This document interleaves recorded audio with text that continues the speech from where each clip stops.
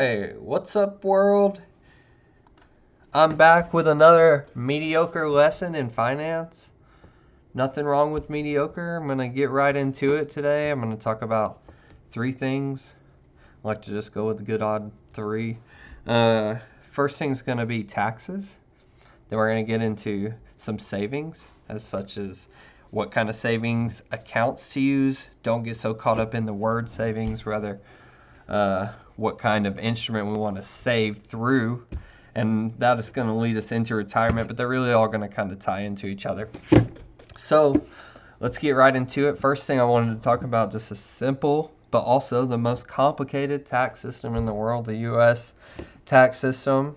We got the marginal tax brackets here in front of me from CNBC.com. And it's actually pretty interesting because everyone pays the same amount of taxes on the same amount of dollars. So that's just a really clean break on how taxes work within the economy. Within our tax system. I don't necessarily mean, we pay the same, we treat our money the same, because our adjusted gross income has a lot of variables that we can apply to it, and that is where the complications of the tax system come from. But it's a mediocre lesson. We're not going to get into anything crazy like that. So what I really want to focus on is just the bare basics here. We have our married filing jointly, single individuals. What this number is every amount of dollars up to this point, starting at your first 10%, is going to get taxed at the same amount no matter what. It's going to be all taxed at 10%. If you made $1,000, you'd only have to pay $100 in taxes that year. That's clean cut. A little bit more complicated when you look at the actual rules of the tax system. So technically, you wouldn't have to pay taxes when you make less than that. But we're not going to get into that. Like I said, please quit bringing it up. Next thing we're going to talk about is so you can see, everyone, once you pass that $11,000 mark this year in 2023, you're going to pay $1,100. Everyone does that. Donald Trump, even though he might not pay any taxes, he would still pay $1,100 on his first $11,000 claimed. So, all right. Then it just goes on to the next amount. So anything over $11,000 up to $44,725, that's going to get taxed at 12%. So you already paid $1,100. That money's gone, sunk cost in a way. Next amount's $44,725. You're going to pay 12%. So that means when you get to $44,726, you're going to have paid already $5,147 in taxes. And it's et cetera, et cetera. Just going to show the first three examples. But the next bracket's 22%. So people who have a mediocre job are going to make anywhere between that $44,000 to $95,000 range, and that's going to put you at getting taxed 22% at any amount over that. And then the next amounts matter. And then when you're doing really well and you're making over $182,000, then you start getting 32, 35. And that's when you really got to pay a CPA to do your taxes. And you should not be wasting your time watching these videos. Anyways,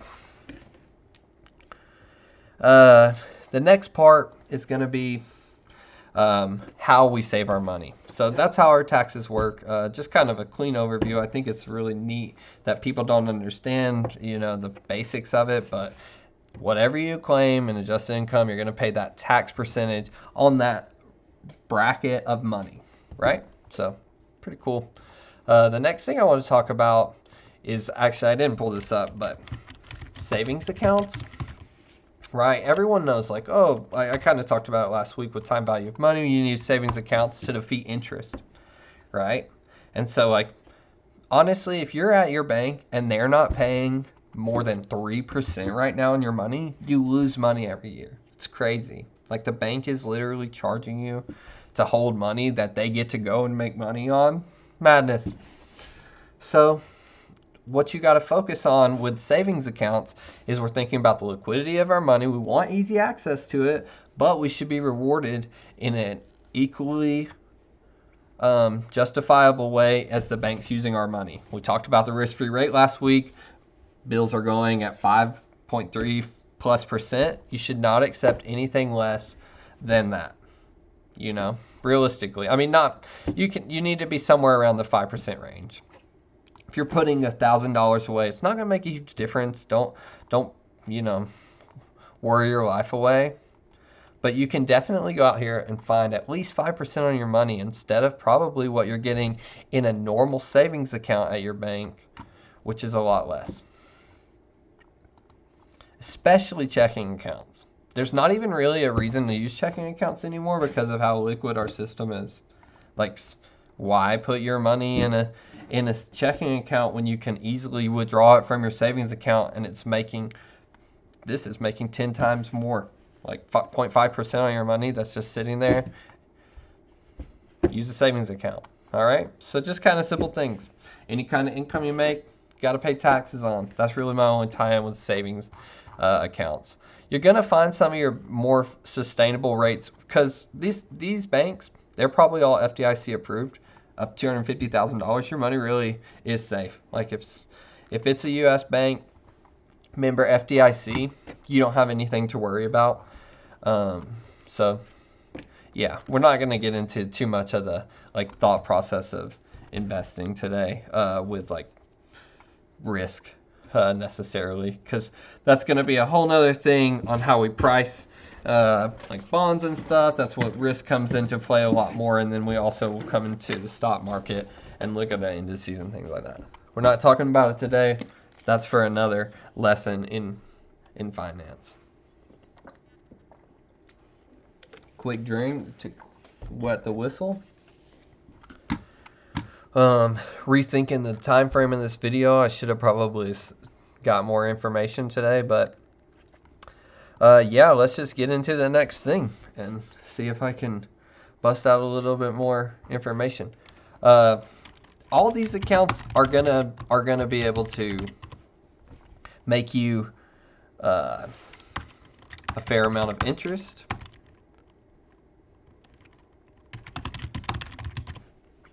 And you can also look at money market mutual funds that are equally going to be just basic. They might not be FDIC approved, but they're also going to make you a good amount of money. They're going to have very low expense ratios.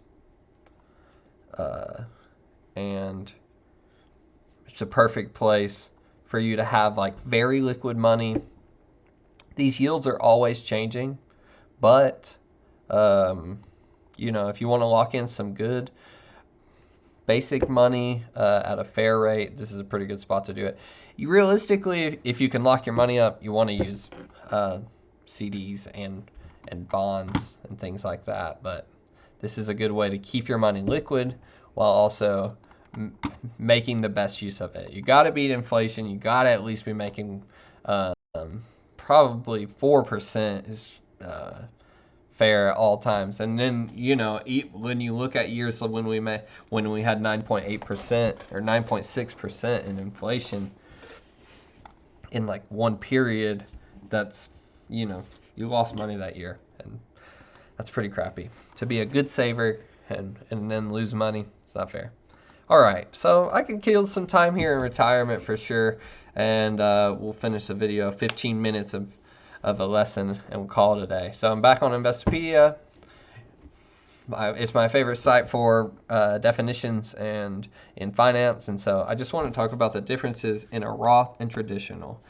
They realistically, you only see IRAs like in the definitions. I couldn't find a lot of just definition differences, but that's what I want to talk about. So we're talking about taxes. And the difference in Roth and traditional is the way in which the taxes are treated, in which your money is taxed. So in a traditional IRA, you're going to see that your money is before tax contributions. So you get to deduct it from your income that year. You don't have to claim as much in your marginal tax bracket. So you can move down on that last percent. It doesn't really save you money necessarily, but it does defer your taxes. All right, just remember that. You're just taking your, you know, the IRS does come for your money. Right now, they force you to have a required minimum distribution when you're 73 years old, and you have to take a percentage of that money every single year. So the IRS is going to get you to pay your taxes on that money, but you can defer it until a later pay date. And during that later pay date, you might be in a lower tax bracket. So those are the considerations that people make. There's really no clean-cut answer to the question of like which is better, traditional or Roth, because we don't know. There's too many variables involved. Everybody's story is going to end differently, and we really don't even know how it's going to end. You might, get to be 73 and that's your only income, and you're able to kind of avoid those taxes because you don't really have anything else to pay, but it is going to be taxed at the income rate when you do it in a traditional IRA. On the other hand, the Roth is after tax contributions. So you pay your taxes. It is included in your income that year, so you do have to pay that marginal tax amount on that money. And then you can contribute it after tax. So that money can be taken away from that account pretty much any time without any penalties. Your contributions can always be taken away from your Roth without penalties. However, the earnings on the money will be penalized if you take it out before the required periods, which you do have to be over 59 and a half.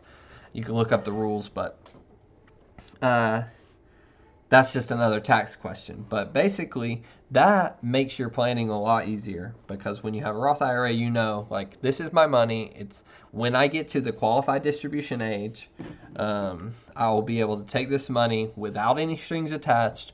Makes my planning a lot easier in my retirement years because I know exactly how much money I'm going to have. Also, for my traders out there who like to day trade but maybe necessarily don't want to, take their money, right? You got to build a bankroll. The Roth IRA is one of the best ways to do it. And you can get your contributions back one day if you really need the money. Obviously, you can also just pay the taxes. If you're an absolute animal and make millions of dollars, you can just pay your 10% penalty, and that's not a bad deal. I don't know about the rules on the end of that because that's a lot of money, so it seems like a little bit tricky spot there. I'm going to just hold off on, don't quote me, okay? So, anyways, the Roth IRA, you don't have to pay taxes on the earnings as long as you take it as a qualified distribution. You do have to pay penalties and things if you don't. So, moving forward, the reason that I mentioned that there was only Roth IRA and traditional IRA is because you can also make before tax contribution and after tax contributions to your 401k, which is really your best way to build up a retirement account. You gotta find ways in which to use work accounts because they have the highest amount of contributions. Especially if you're looking at matches at your employer, they're gonna basically increase your salary in those years. It might not be money you get to pay towards the bills, but it is money that you're paying towards your future. So when you look at you're getting a 4% match, you're getting 4% salary increase over your $10,000 a year. You're making $400 more.